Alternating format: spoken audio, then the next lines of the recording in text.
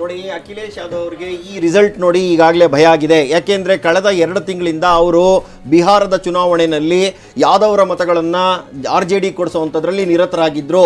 ಅವ್ರಿಗೀಗ ಗೊತ್ತಾಯಿತು BJP ಮಾಡುವಂತಹ ಒಂದು ಚುನಾವಣಾ ಯೋಜನೆ ಹೇಗಿರುತ್ತೆ ಅಂದರೆ ಸರ್ವರನ್ನೂ ಒಳಗೊಂಡಿರುವಂಥ ಯೋಜನೆ ಇದು. ಯಾವುದೋ ಒಂದು ವರ್ಗಕ್ಕೆ ನಾವು ಟಾರ್ಗೆಟ್ ಮಾಡೋದಿಲ್ಲ. ಹಾಗಾಗಿ ಇದರಲ್ಲಿ ಮುಸ್ಲಿಂ ಮಹಿಳೆಯರು ಕೂಡ ನಮ್ಗೆ ಓಟ್ ಹಾಕಿದ್ದಾರೆ, ಮುಸಲ್ಮಾನರು ಮತ ಹಾಕಿದ್ದಾರೆ. Very important. ಒಂದು ನಿಮಿಷ ಸರ್. ಅಮಿತ್ ಶಾ ಬಾಕ್ಸರ್ನಲ್ಲಿ ಭಾಷಣ ಮಾಡುವಂತಹ ಸಂದರ್ಭದಲ್ಲಿ ನಿಮಗೆ ಫಲಿತಾಂಶ ಈಗಲೇ ಹೇಳಬೇಕಾ ನಾನು ಏನಾಗುತ್ತೆ 14ನೇ ತಾರೀಕು ಅಂತ? ಸೊ ಅದನ್ನ ಅವರು ಬಹಳ ಸೂಚ್ಯವಾಗಿ ಹೇಳಿದ್ರು, ಮಾರ್ಮಿಕವಾಗಿ ಹೇಳಿದ್ರು. ಅಕ್ಟೋಬರ್ 24ರಂದೇ ಅಮಿತ್ ಶಾ ಭಾಷಣ ಮಾಡಿದ್ರು, ಭವಿಷ್ಯ ನುಡಿದಿದ್ರು. ಏನಾಗುತ್ತೆ ನವೆಂಬರ್ 14ನೇ ತಾರೀಕು ನಾನು ಈಗಲೇ ಹೇಳ ನಿಮಗೆ ಅಂತ ಬಿಹಾರದ ಬಕ್ಸರ್ನಲ್ಲಿ. ಬನ್ನಿ ಹಾಗಾದ್ರೆ ಅಮಿತ್ ಶಾ ಅವತ್ತು ಏನ್ ಹೇಳಿದ್ರು, ಏನ್ ಭವಿಷ್ಯ ನುಡಿದಿದ್ರು ನೋಡೋಣ.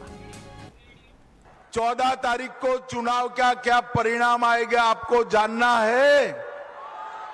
जोर से बोलो, जानना है क्या? बता दूं मैं? देखो 14 तारीख को 8 बजे जनगणना होगी, 8 तारीख को मतगणना होगी, 9 बजे बैलेट बॉक्स खुलेंगे और 1 बजते लालू राहुल का सुपड़ा साफ होगा। 14 तारीख को चुनाव का क्या परिणाम आएगा आपको जानना है?